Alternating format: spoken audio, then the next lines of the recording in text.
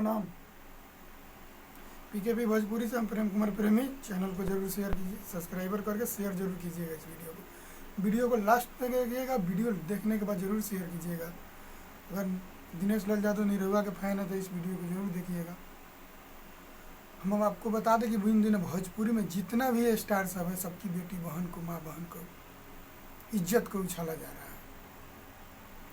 आप सबको बता दें कि निरहुआ जी, दिनेश लाल यादव निरहुआ जी कुछ भी भोजपुरी के लिए कुछ भी कोई नहीं किसी से विवाद किए हैं, लेकिन फिर भी अपने स्टारडम और अपने ही स्टार बनने के चक्कर में उनकी बेटी को लेके गाना गाया जा रहा है।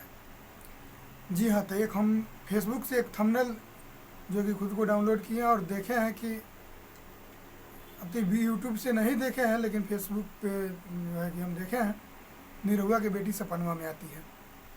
बताइए निरहुआ जी सब इस उनको क्या किए हैं, लेकिन ये सब स्टार बनने के चक्कर में, निरहुआ जी के ऊपर गाना गा रहे हैं।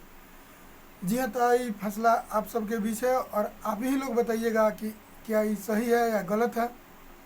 ऐसा भोजपुरी में नहीं करना चाहिए, जबकि दिनेश लाल यादव निरहुआ जी सब विवाद से बहुत अलग रहते हैं। आपको बता दें कि भोजपुरी के बहुत बड़ा स्तंभ दिए हैं दिनेश लाल यादव निरहुआ जी, जो कि उन्हीं के दम पे कुछ लोग चल रहे हैं। आज उन्हीं के बेटी पे गाना गाया जा रहा है कि निरहुआ की बेटी सपनवा में आती है। इससे सरेआम गलत चीज़ हो रहा है और ये गलत है। दूसरे को स्टेडियम खराब करके अपना स्टार नहीं बनना चाहिए और अपना ही गाना अच्छा से गाना चाहिए और भोजपुरी का कुछ जो भी है हासिल करना चाहिए, लेकिन किसी दूसरे के नाम लेके गाना नहीं गाना बहुत ही गलत बात है। तो जी हाँ, सबको प्रणाम और इस वीडियो को जरूर शेयर कीजिएगा। जहाँ तक शेयर कीजिएगा कि निरहुआ जी के पास ये वीडियो जरूर पहुँचे।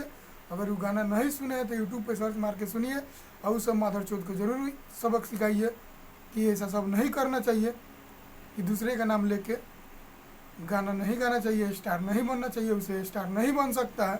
तो जी आपसे विदा लेना चाहिए।